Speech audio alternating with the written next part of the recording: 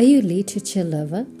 Are you tired of reading literature that does not resonate with our time? Do you have questions about literature? If so, welcome to the podcast My Two Cents Worth with Odilia Wakesho Mombori, the platform that discusses literature in relation to our times. I am uniquely Kenyan and relevantly African, hence my focus, African literature. This is a series on the contemporary African male literary writing, Rekindling the Boychild Conversation, Part 1. Please listen till the end. You will definitely have food for thought. Let us settle in. As the late Professor Femi Ojo Ade puts it, and I quote, African literature is male-centered, male-oriented, and a chauvinistic art. End quote. What an assertion. It is actually not at all baffling to see that most African literature has been written by men, and that most critics of African literature are men as well. Okay. Contextually, the traditional African male literary writing strongly presents the male gender as society's superheroes by belittling and confining the African woman in the domestic space and in need of visibility, especially in the stereotypical narratives of being purely an image of motherhood or a figure of male fulfillment, or rather, a mere definition of a sex object. Many, if not all, male writers were quick to present female characters as housewives, mothers, or the worst case, as hoes. Such writers include Ngugi wa Thiong'o's Petal of Blood, the daughters of Eve in Wallen Shenka's The Trial of Brother Jero and the Interpreters, Chinua Achebe's Things Fall Apart, Major Mwangi's Going Down the River Road, and De Quincy's Jaguar Nano, just to mention a few.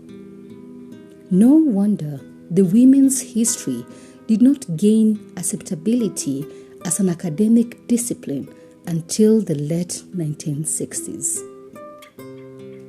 Thank God to the new era, and mostly to our supreme trailblazers, female writers who literally emerged to fight with all their literariness to pave way for us. Some of the literary pieces include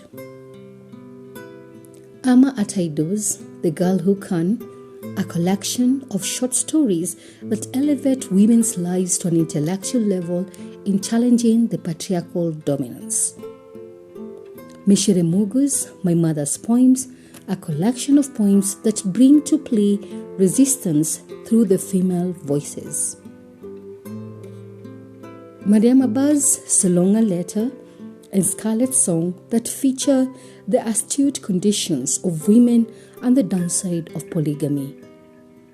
Grace Ogot, the first woman to be published by the East African Publishing House, by the way, in her novel The Promised Land, that satirically unfolds the concept of the ideal African wife, obedient and submissive to her husband, her family, and community-oriented. And by the way, a woman who has no materialistic goals at all. Oh gosh. Buchi Emechete's The Joys of Motherhood that ironically expresses the happiness that comes with being a mother alongside the painful patriarchal experience. Margaret Ogola's The River and the Source that explores the 4 generations of Kenyan women, a book that won the 1995 Commonwealth Writers' Prize for Best First Book in the African region. Nadine Gordimer's The South African Nobel Literature Prize, The Beggar's Daughter, that uncovers a young woman's struggle to find her self-identity and of course, many more books written by our renowned female writers. And applause to them, actually.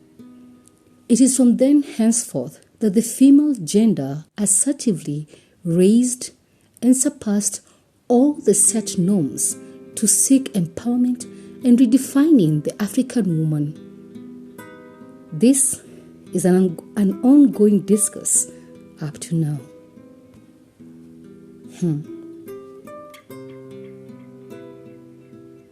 The ongoing discourse resulted in the contemporary African male literary writing taking its sweet time by disappearing for a while.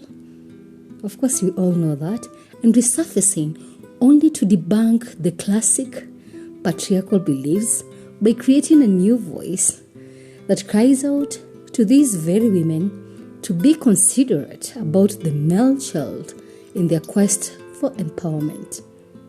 What a twist of events, right?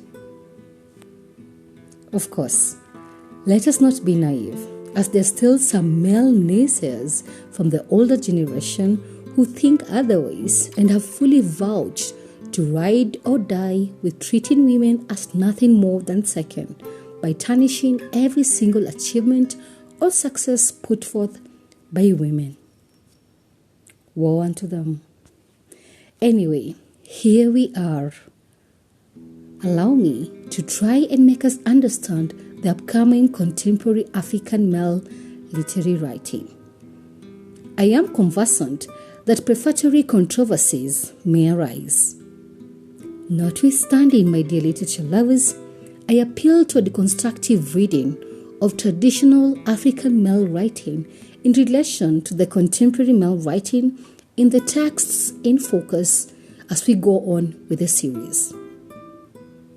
This is actually a plea for us to lend an ear to this fresh voice that is carefully distilled in seeking to rekindle the boy-child conversation in our today's society. #Let's talk about the men. Get tuned in the next episode. That's all I have for you today.